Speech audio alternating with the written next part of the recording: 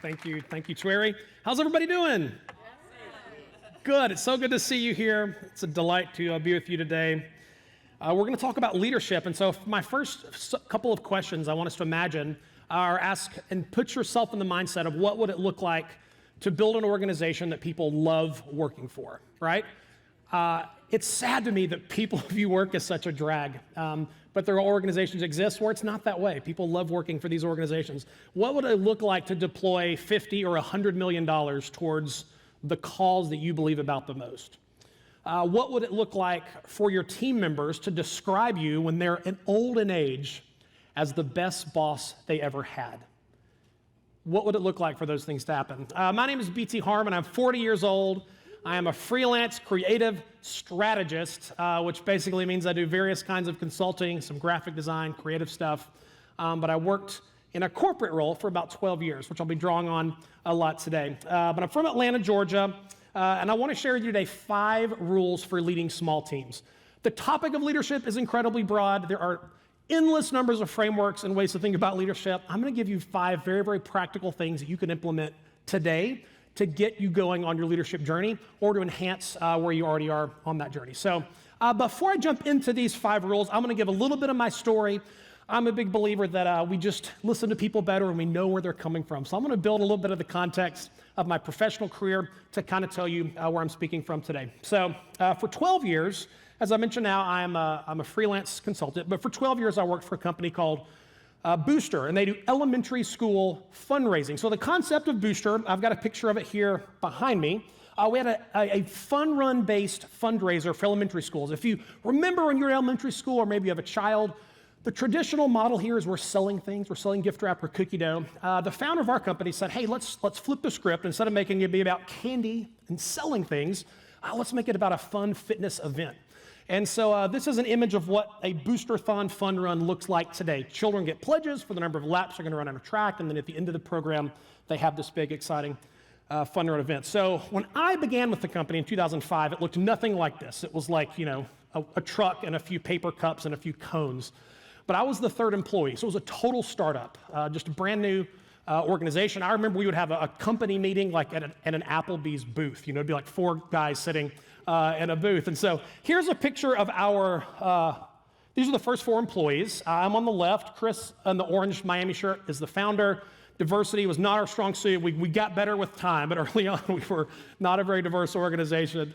But I started out in the field working with students in Birmingham, Alabama, moved to Nashville, Tennessee for a while, and worked up there, and eventually moved to Atlanta to our home office to lead our marketing team. So I was in the home office for 6 years. This is our little tiny in-house creative team that I led. Bubba, McCall, JC, Austin, Robert, and Laura. I adored working with these folks. I am passionate about management. I'm passionate about finding a small group of people, activating them, motivating them, setting them on a course, and creating something together. And so every day I met with these folks, and we created all kinds of content for kids. We created music videos and little handouts and worksheets and all kinds of exciting stuff to add value to the Booster-thon program. Over time, this smaller team grew, and I was entrusted with a team of about 20. This is a portion of that team towards the end of my time at Booster, but these are all wonderful folks as well.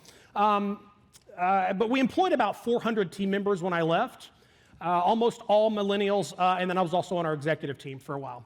So during that time of leading these folks and cutting my teeth on leadership by practically leading people, I learned that leadership is just hard. For all of our conferences and all of our books and all of the trainings and teachings that we do, at the end of the day, you just got to have a stomach for leadership. It's just hard because people are hard. People are messy. People are difficult. And so leadership is just not for the faint-hearted, and this is why a lot of people kind of fizzle out after a while. So I'm here to tell you that it's hard, but I'm also here to tell you that it's worth it. It's really, really worth it, because I woke up every day with this mindset of, my job is not just to make this company more money. That's not my goal. That's not my job. My job is to invest in these people and make them successful, and to pour myself and my passion and everything I've got into them, because if I give them that, they're going to send that value right back up the chain to add value to our team and add value ultimately to the company. So when I left the organization in 2016, this was the size of the company. So we went from those 4 dudes to this really beautiful wonderful, diverse team of young, talented, passionate people. The year that I left, I think the first year I started Booster, we raised like a couple $100,000 for a handful of schools. This year that I left, we raised $40 million for schools all over America and had a really thriving and beautiful organization. So a lot of what I am going to share today is going to be drawing from this experience. And I wanted to stop here. So this is Chris, the guy I mentioned earlier. He's the founder of the organization. He's the president of the company today. One of just my favorite humans, an atomic explosion of big energy. He's a wonderful, wonderful guy. But it was such an honor for me, having worked at this company for 12 years, my youngest, most vibrant, energetic years. I probably, I just worked way too many hours of the week because I loved it. I loved working for him. I loved being a part of his vision, right? We've got this thing now where entrepreneurship is so glorified, and I think that's fine. We need lots of great entrepreneurs, but we need people who want to serve the entrepreneur, who want to get on that team and add as much value as they can. And because of the leadership I received from Chris, that's the attitude and the mentality that I had. And so when I left Booster after 12 years, I had this understanding of leadership that was very values-based and very enthusiasm-centric. And that's the kind of leadership that I really believed in. So no matter your project or organization, I really believe that your success is going to be determined based upon the people you're able to gather around you and then your ability to chart a course for them. I'm totally convinced that's the most important thing. So today we're going to talk about, as I mentioned, 5 rules for leading small teams. So we're going to get practical. We are going to have about 10 minutes of Q&A at the end, so if you've got a question or a thought, if you want to push back and disagree with me, I would love that. You can save that for the Q&A as well, and we can chat that up a little bit. I think things like this are great, but the more you can get interactive, I think the more valuable they become. All right, let's do this. So rule number one, here it is: clarify and re-clarify everything always. This is intentionally repetitive. Clarify and re-clarify everything always. This may be the most important. Confusion, forgetfulness, ambiguity plagues your team, okay? And I don't care if you've got a team of 1, a team of 10, a team of 100, if you're working with a couple of contractors, ambiguity, forgetfulness is the enemy, right? We told somebody one thing once about their role, and I told them that. Well, that was 3 months ago, right? They've already forgotten it, because that's just how the human mind is, and it's how distracted and frazzled we all are now in our roles. So clarity in 3 areas is what is the cure to this ailment. So number 1, clarity in where the organization is going.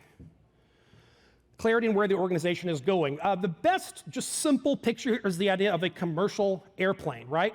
When we get on a commercial airplane, there is 0 doubt about where that airplane is going to land. And if there is doubt, you have made a problem in your booking process, right? Like we get on a plane, it's a very clear-cut process. We know what the end goal is. And this seems so simple, it's painful, but it's the same principle that we need to apply in providing clarity for our team. So what are the key objectives, right? A lot of the stuff that we've read about in books. What are the key objectives? What are the goals? How are we measuring success?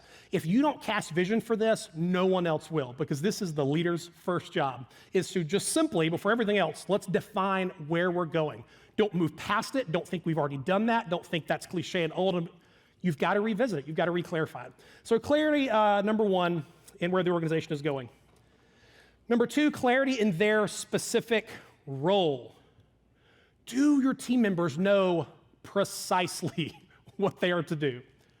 Precisely. Do they know precisely what they're supposed to do? I bet you would be shocked. If I were to come in as an outsider and poll a few of your team members, I might be shocked at how they, in fact, don't know exactly what they're supposed to do, because we had a conversation 3 months ago, and they lost the notebook that it was in, and they've kind of forgotten. That's really, really important. Employees crave clarity. They just crave clarity. It's just something that people want and need. And the more clarity we can give them, the more fuel they have to get those key things done. We need to make it as numeric as possible. So make our clarity in their role as numeric as possible. If we can attach a number to it, let's do it. Y'all, one of my first jobs, in college, I worked at a Lifeway Christian store. I don't think these stores still exist. I think they're now extinct. But I remember, as an 18-year-old goofball, my manager sat me down. It was a little, 8 by 10. There were like 7 rules for being a Lifeway Christian associate. And one of them was we always answer the phone before the 3rd ring. you never let the phone ring 3 times, right? So, I mean, if you're sprinting across the room, shoving people out of the way, whatever you had to do, we answered the darn phone before that 3rd ring. Y'all, that was I was 18, 32 years ago. I still remember that rule.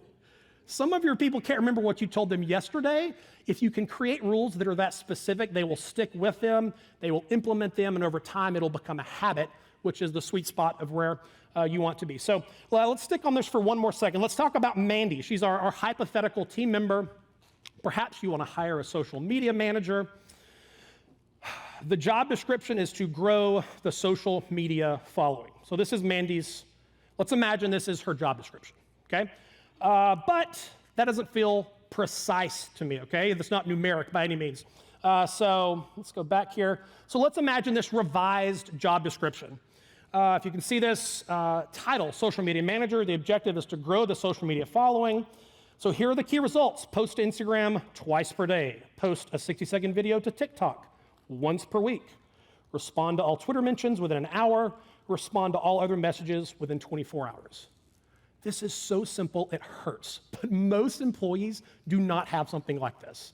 And if you've got someone who feels unmotivated, who feels lazy, who feels distracted, there's a pretty good chance, number one, you may have hired poorly, but number two, more likely, this is the issue. They don't have something like this that can just give them clear rails to run on. And once they have this, they don't have an excuse anymore, right? Because now there's an element of accountability. I can go and look at the Instagram account and say, hey, remember we established that we're going to do Instagram twice per day? Gosh, I looked this week, I only see it once per day. Help me understand why that's not happening. So this is the laser kind of focus in their role that is very, very key. The third clarity part is clarity in their future in the organization. Clarity in their future in the organization. Everybody on your team, no matter where they sit, they all want to kind of know what's next for them. As humans, we crave clarity about the future, what's coming, what opportunities exist. They might not even voice that, but I promise you, they are wanting to know. They're wanting to know about, can I get a raise? Can I get a promotion? Can I become a vice president? You know, all these different things. These are all very important. The temptation here in giving clarity about future, boy, this is a bit of a landmine situation. The temptation is to promise the moon, right? I can remember like it was yesterday, early in that job that I had when I was 23, right out of college. I think I was making $12 an hour. And I remember the conversation where my boss said, now, BT, I feel like within a couple of years, I think you could be making $250,000 as an area manager. Y'all, I don't come from much. My dad was a preacher. My mom was a teacher. I'm from Alabama. Like, when he said that number, what happened? My eyes lit up. Fast forward, spoiler alert, I, in fact, did not make $250,000 at any point in the 12 years I was there.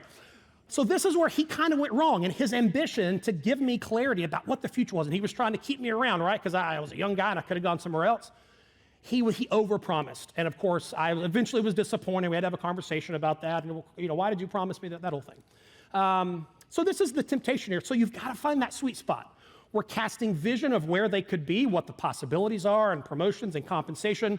But we're walking a very, very careful line not to overpromise and underdeliver, because that's where we don't want to be. So everyone on your team ought to be able to, here's the question, they ought to be able to articulate these 3 things. If I were to have a conversation with them, they ought to be able to generally tell me a good answer to these 3 questions. So clarify, clarify, clarify, repeat it until you're sick of saying it, you've not said it enough. I'm telling you, repetition is such a key part of leadership. It's the most boring thing ever. We can't write books about it. It's not sexy keynote talk. Repeating yourself until you want to scream, y'all, I'm telling you, you need to do it. Because the more you do it, that's burrowing the messaging. It's burrowing all of this clarity into their mind. And again, it frees them up from the excuse of, well, I didn't know, I wasn't sure. Oh, you definitely know, because I told you 1,000 times over the last month. So just get used to repeating yourself. It's okay. If you feel like a broken record, it's probably at that point, they're just starting to finally hear it. So clarity in all of these things is very key. All right, number 2 here, small team rules. Really trust them and really believe in them. Y'all, most people, small business owners, nonprofit leaders, if you've got any amount of talent, initiative, and excellence, you're probably bad at this because of our ego, right? And I am guilty of this. All of us think we're like the best at whatever our thing is, right? We're the best No one can design as good as we are, speak as good as we can, do account, whatever our thing is, right? This is the problem. And so the problem is whenever we have a new team member, they sense that, particularly if we've hired them to execute something that we are good at personally. It's real easy for those team members to get insecure about that thing. If they feel like daddy or mama boss is looking over their shoulder, judging their work. Your team members desperately want to know if you believe that they have what it takes, particularly if you lead young folks, right? The younger you are, you're finding your way in the world, in the career, and you're trying to figure out, do I think I have what it takes? I'm not positive. I'm looking at my boss, the smartest person in the room. Do they think I have what it takes?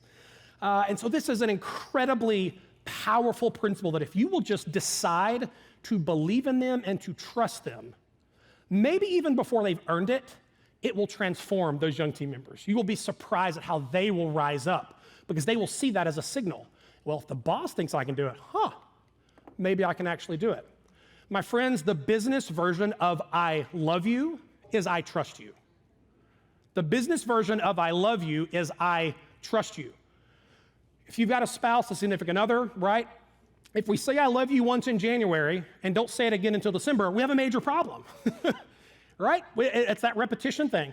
We have to repeat it. We have to signal. We have to constantly be showing that trust exists. And it's thrilling, right? It's thrilling when our spouse says they love us.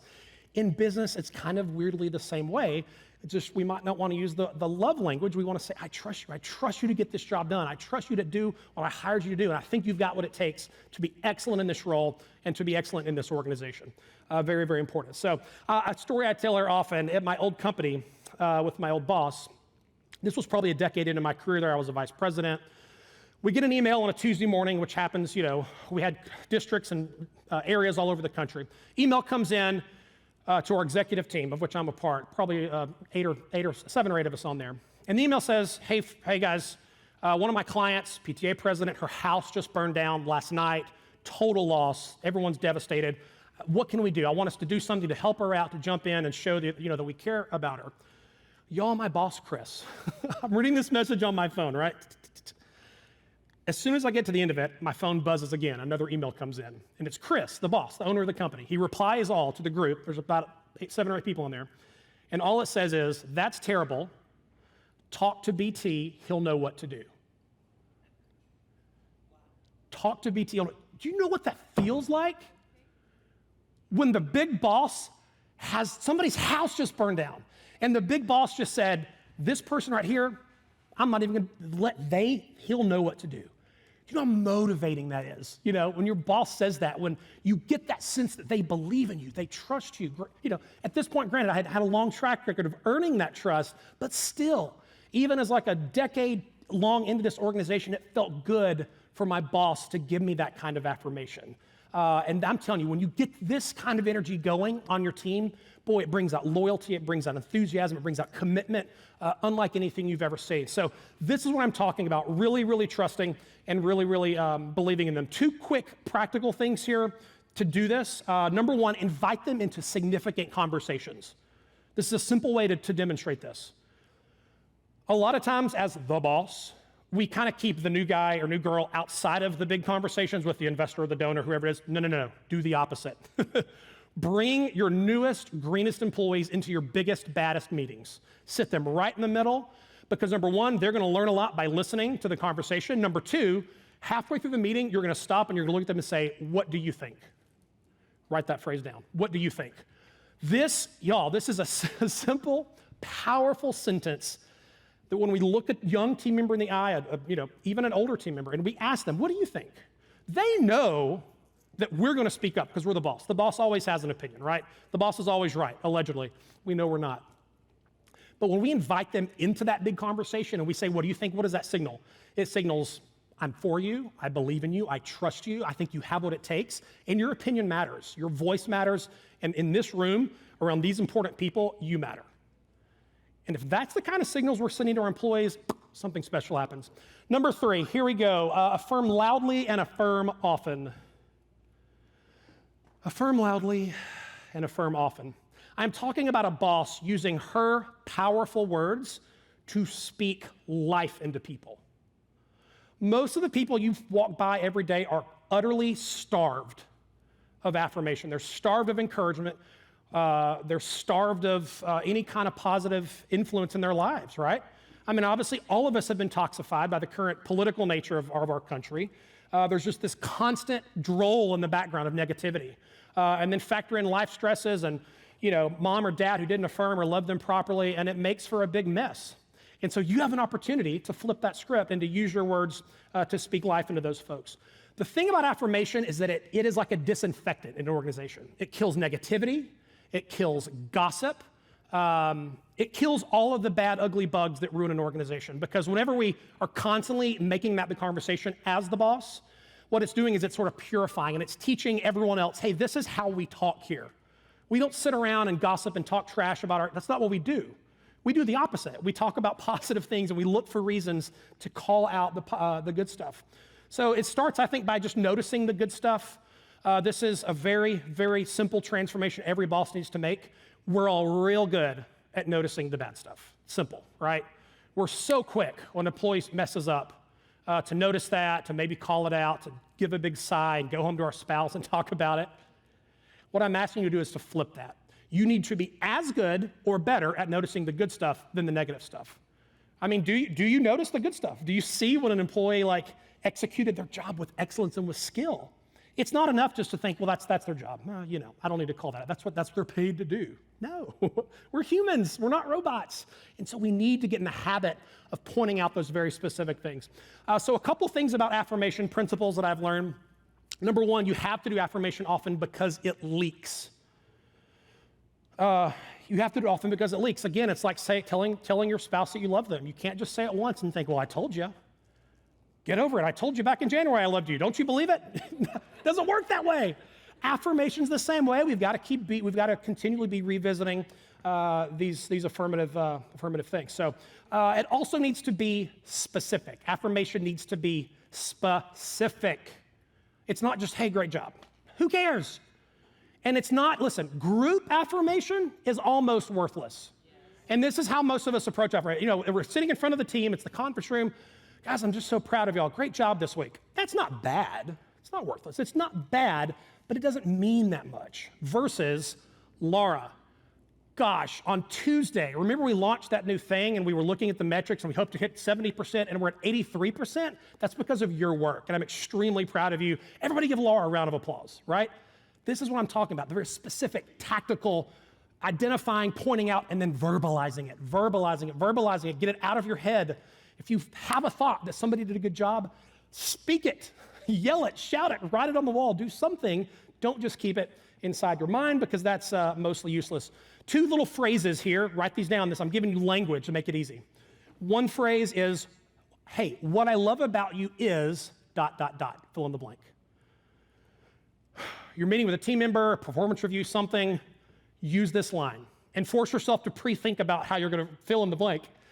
Hey, Laura, what I love about you is that, gosh, I notice that you're always at work 5 minutes early. I notice that you're staying a couple minutes later. I notice you're giving 110%. I want you to know I really appreciate that. I love that about you, right? Because whenever they hear that, they know, hey, the boss is looking, and the boss is not just calling out the bad things. Wow, they noticed the good things as well.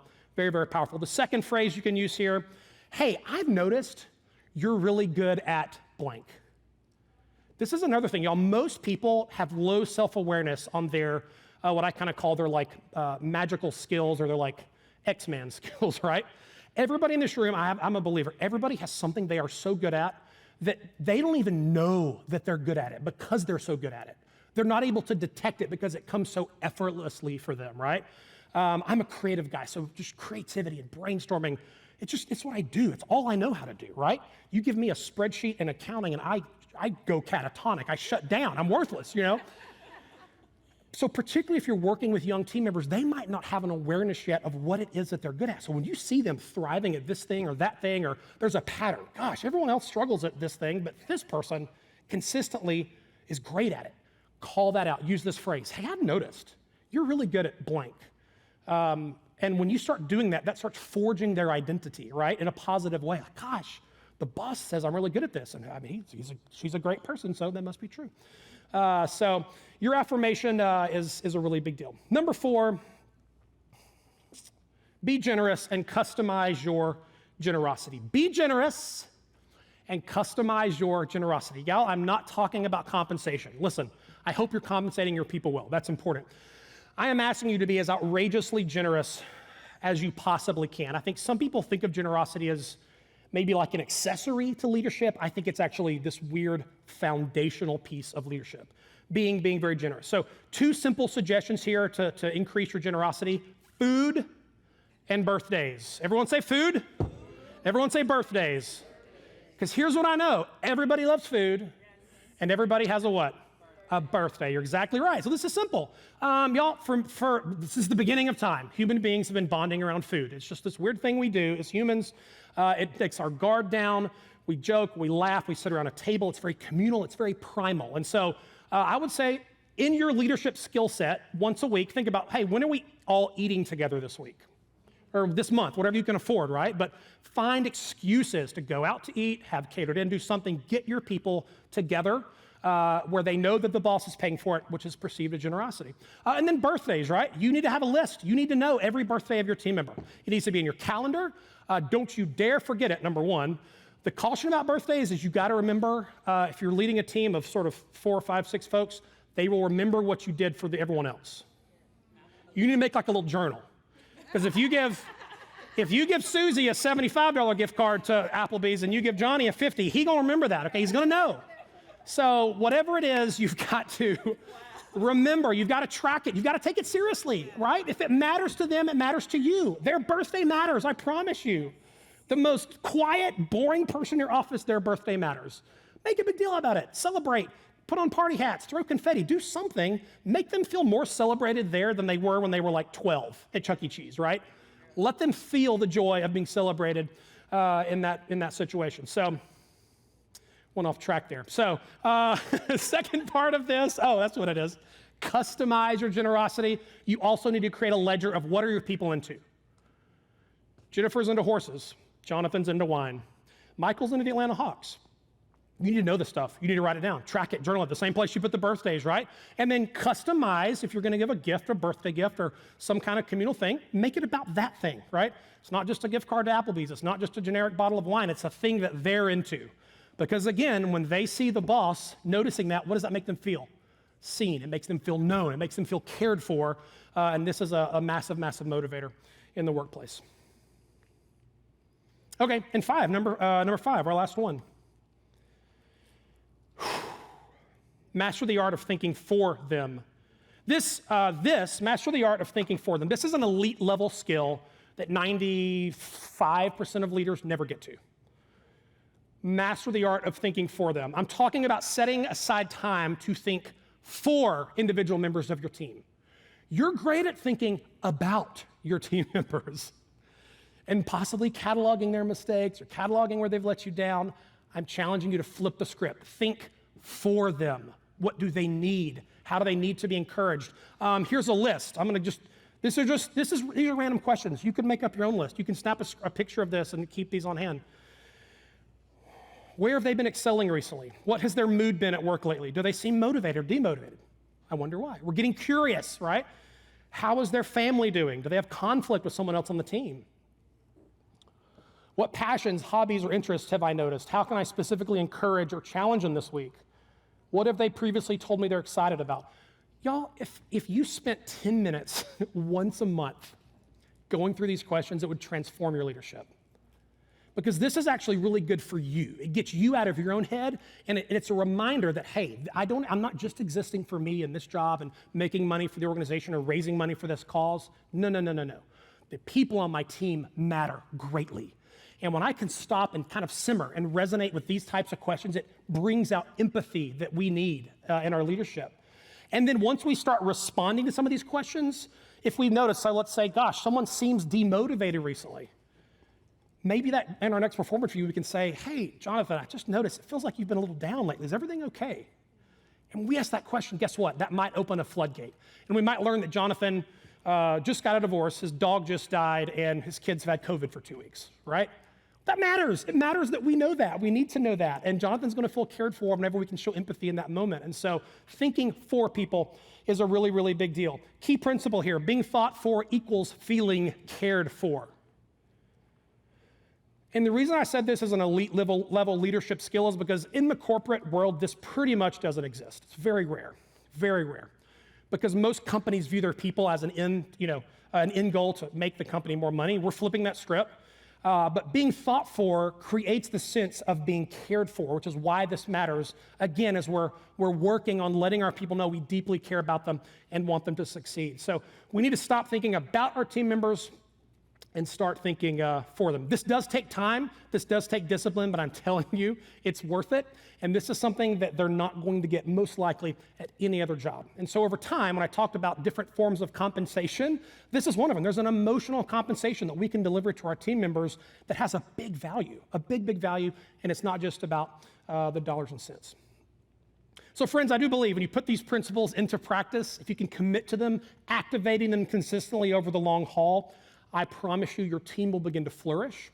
You'll begin to change. Their job performance is going to go up. I promise you it will. They're just going to get better at their job, and you're going to be freed up to not have to look over their shoulder, to cross-check their work as much, which is really exciting. I'll show you one final picture. We'll do a few questions. If I can pull it up here. This is me on my last day of work. I've got the number Sharpied on my hand, 4,207. This was my 4,207th day of work at this company. I was there for almost 12 years. Every single person in this picture I deeply love. I'm still friends with most of them. I have so much positive energy and affection for this organization. Even now, I've been gone 6 years. I don't make a dime from them anymore. But because of the leadership stuff that I just talked about, because my boss did to me everything I just taught you, I'm still a raving fan. And they've got thousands of what we call booster alumni all over the country that still advocate for this organization and still are pulling for them to succeed. I just went to their 20th birthday party about 2 weeks ago. They'd raised $100 million for schools this year. Wow. 4 dudes in a booth, $100 million this year given back to elementary schools across America. I'm telling you, when you get the leadership part right, everything else begins to fall in line. Thank you so much.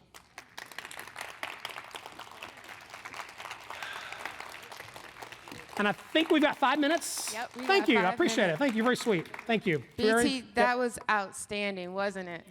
We got questions, so I'm just going to get down on the floor so everybody can hear. Okay, cool. Yes. Yes, ma'am. Okay, so when you are celebrating, sorry. That's okay.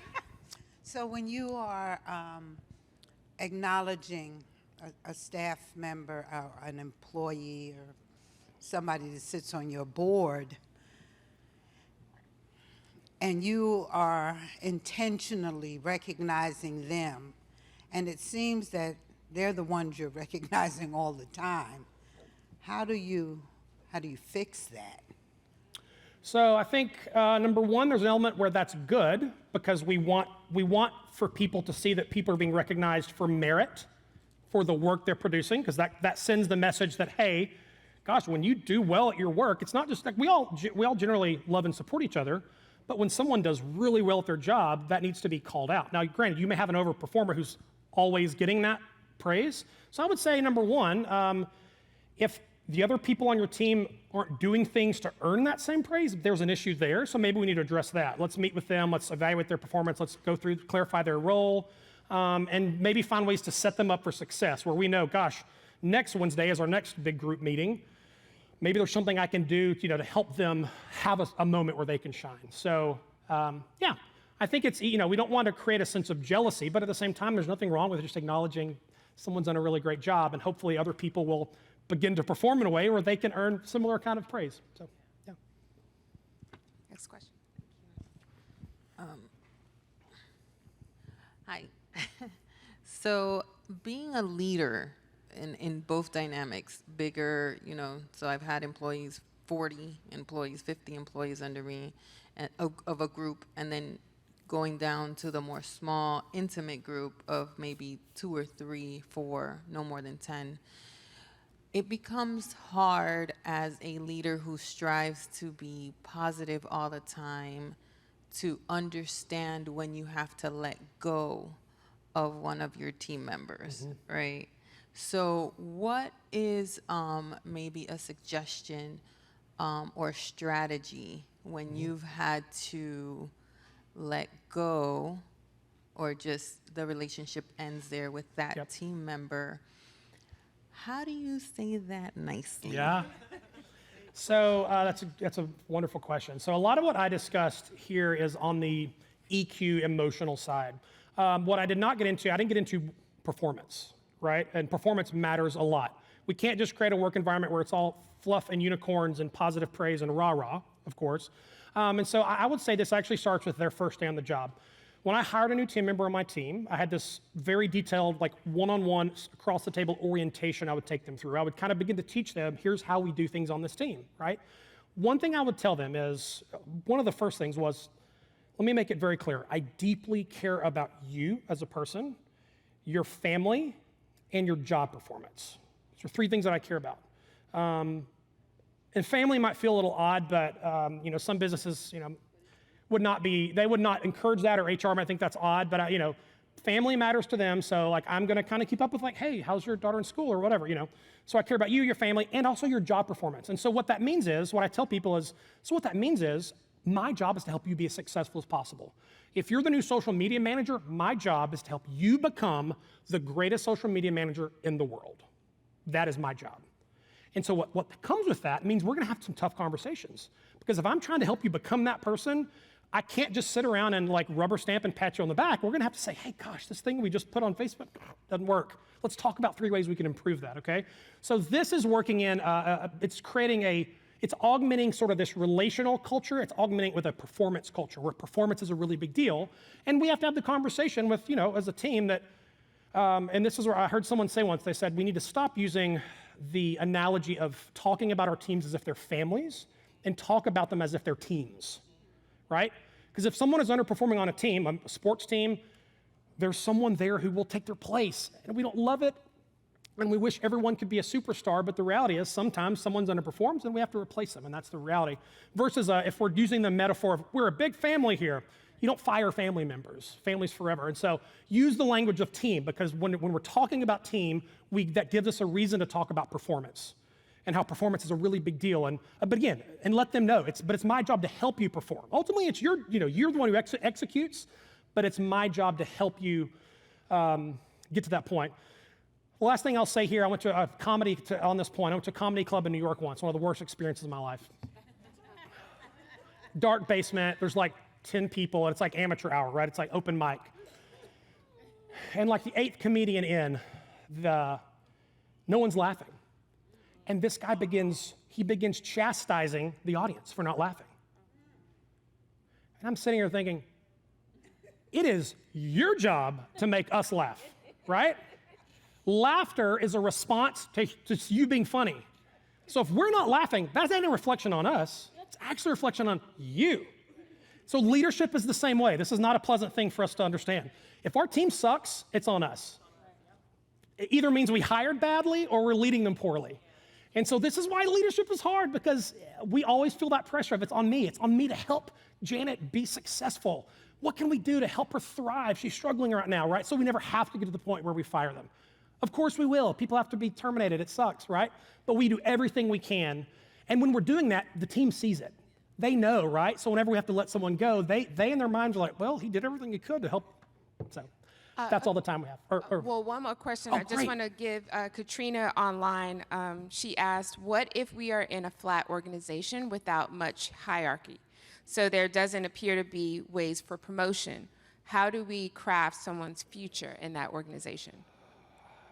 So this is someone working with a small team, maybe some contractors.